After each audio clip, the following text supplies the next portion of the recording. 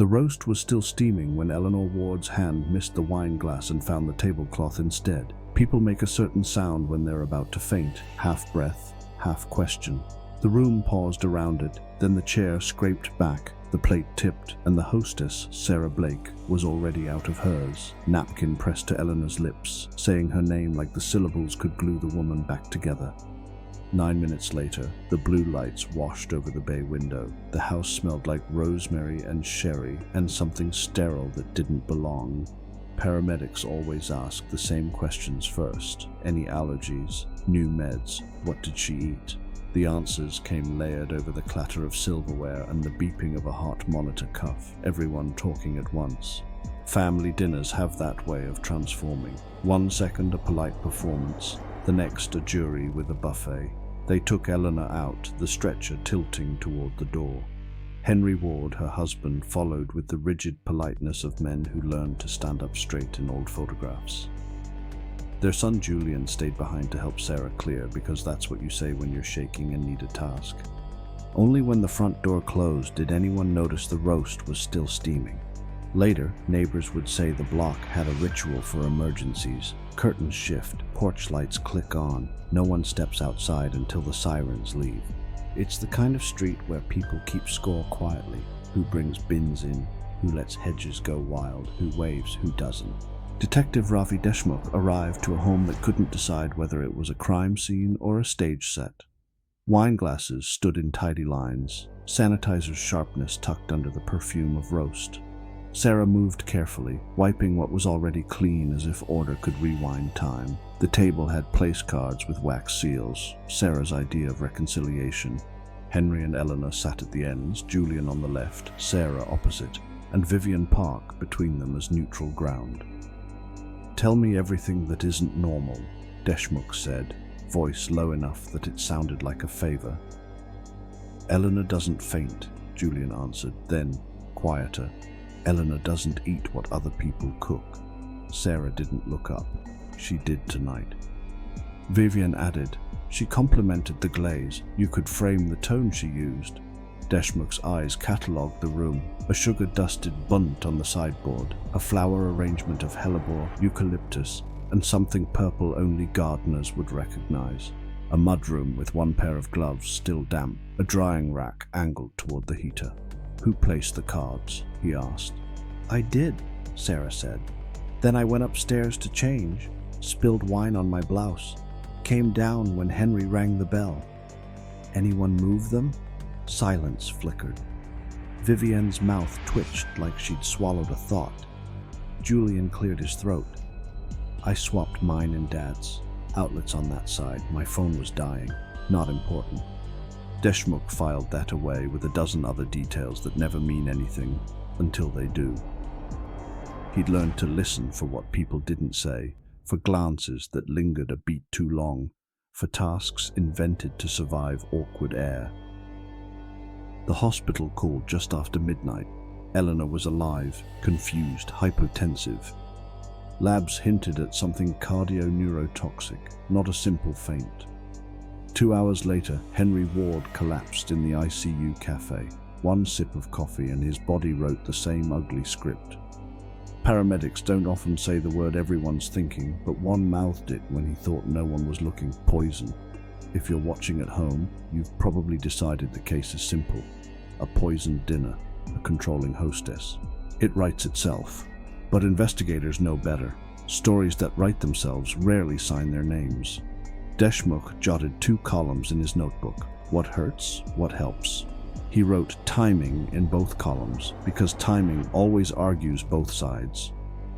Day 1 spun in circles. Food sealed in coolers, wine bottles capped, water carafe taped shut. They photographed the place cards, unscrewed the napkin rings, silver, monogrammed, felt lined. Nothing except what should be there: starch, oil, the fingerprints of a meal. The hostess's gardening gloves were bagged from the mudroom rack, damp and faintly medicinal, a little like a stable. Potting soil, Sarah explained. People don't pot soil in evening wear. Deshmukh asked what she grew. Herbs, mostly, she said, eyes drifting to the window. Roses, some foxglove, and monkshood, but it's not in bloom. People who haven't done anything wrong rarely inventory their poisonous plants for police. He didn't flinch at the list. He just wrote it down, underlined it once, moved on. Lab reports take days. In the meantime, the case wobbled on motive. Henry had a policy, Eleanor a trust, Julian had debts.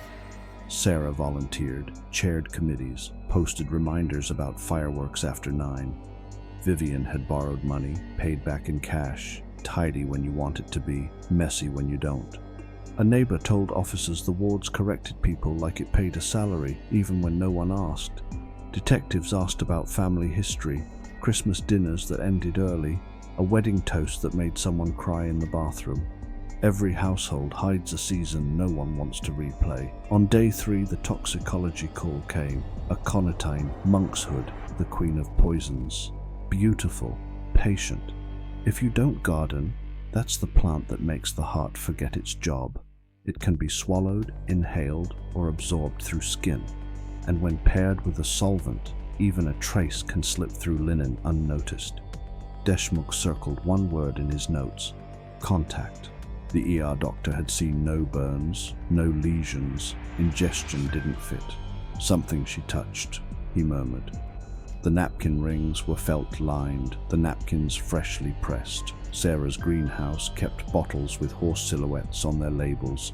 DMSO, a solvent used to carry medicine or poison through skin. A Thursday search warrant turned the house into evidence. In the greenhouse, under mint and thyme, they found a half-empty bottle of that solvent. In the laundry room, a towel washed once since the dinner still glowed under luminol, not blood, but chemistry. A lip balm in the guest bath trash, scraped concave, lined with fibers, same solvent, same toxin. 2 exposures, Deshmukh told his team. Napkin and lip balm. Then quieter, why both? He wrote redundancy in the margin, indecision right below it. Sarah didn't ask for a lawyer. I thought about it, she said. I didn't do it. Her words sat between them like a closed book everyone wanted to open from a different chapter. Vivian came later, eyes swollen, voice trembling. I saw the towel, she said. It smelled wrong. I rinsed it. Why not tell us? Because if I fixed the little thing, she whispered, maybe the big thing wouldn't exist. The room held that sentence a moment longer than normal because everyone recognized the superstition. Then came the smart plug data. The outlet on the left logged a phone charger at 5:41 p.m. A front door camera showed Julian stepping out, then back in, phone in hand. He'd swapped seats with his father so he could charge it. 15 minutes later, his mother collapsed. The poisoned napkin hadn't stayed where Sarah placed it. It followed the card, not the person. When investigators rewatched the footage, they noticed Vivian adjusting the place cards before dinner. She thought she was undoing Sarah's plan. She didn't know she was sealing it. In the guest bath trash, beneath the lip balm, was a wax seal matching the cards. Microscopic solvent traces glistened under UV light. Someone had peeled the seal, adjusted a name, pressed it back in place, rushed, seconds before grace. Deshmukh had seen cases hinge on less and more. Who moved the cards? He asked again. Vivian broke. She told me they humiliated her, she said. I thought if she had to face them, she wouldn't do it. Sarah stayed silent then. I didn't treat a napkin, voice small. But you had the chemicals, Deshmukh said. For roses, she answered, for aphids. And the aconite? It's pretty, she said. Everyone plants what looks good. Deshmukh had seen every kind of denial. This wasn't acting, it was exhaustion. Days later, forensic tech scraped under Sarah's nails. Trace alkaloids, same solvent, too deep to be from rinsing a towel. He wrote one more word in his notes, workmanship. Transfer tells stories, fingerprints won't. Why the napkin? He asked again. I thought about putting something in food, she admitted. But that felt permanent, irreversible. A contact trace could wash away. I wanted control, not blood. You tried to make a reversible crime, Deshmukh said. She didn't deny it.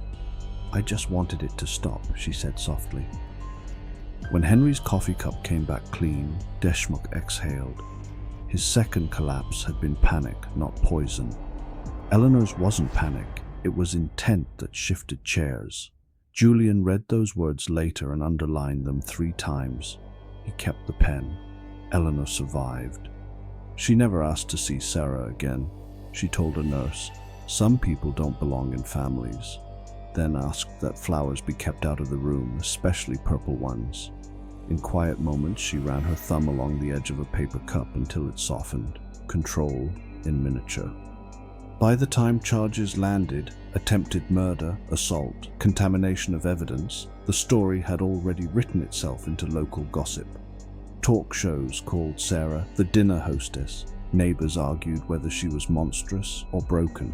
The charity board issued a statement about safety and community. No names, lots of adjectives. Julian visited once, brought tea, didn't drink it. He stood in the parking lot afterward and watched his breath blur the car window. He waited for it to clear before he drove. Vivian moved out of state, sent 1 postcard without a return address, a desert road, 2 lines. "I'm sorry. I hope plants forgive easier than people." Deshmukh filed his last report with 2 lines at the bottom. "Everyone wants their version of the story to survive, and below that, we mistake beautiful things for harmless ones all the time." Months later, the evidence room cleared space. The plates went back to the family. The napkin rings stayed sealed in plastic, numbers in black marker. The purple flowers withered in the compost. And somewhere, in a greenhouse behind a quiet house, a new gardener labeled every plant twice, once for its name, once for what it could do. A final note on the file read, "Case retained for reference, because some lessons are better kept where new detectives can find them and old ones can remember." In the weeks that followed, procedure did what it always does. It slowed everything down just enough for doubt to try on different coats. Warrants had to be renewed, chain of custody logged, backups of security footage verified frame by frame. Digital forensics pulled metadata from photos taken that night, timestamps, geotags, the small truth that lives in file headers. Nothing contradicted the sequence. Nothing rescued it either. The medical examiner's report was precise and careful. Partial metabolites, consistent with dermal exposure, no gastric abrasions. The phrasing mattered. It spoke like science should, firm where it could be, humble where it must. People forget how often certainty is a luxury in real cases. At a community meeting the following month, someone asked if cameras make us safe. Someone else asked if gardens should come with warning signs. Deshmukh said the same thing he always says, that safety is a braid of habits, not a device, that evil is rare, but error is common. He did not say what kept him awake, that a seating card, peeled and pressed again, can move intent like a pawn. On the night he boxed the case for storage, Deshmukh stood at the kitchen sink with the lights off, listening to the house settle. He thought about the first sound in the dining room, that half breath, half question, and wrote one last line on a sticky note before he slept. Sometimes the smallest choice is the loudest evidence.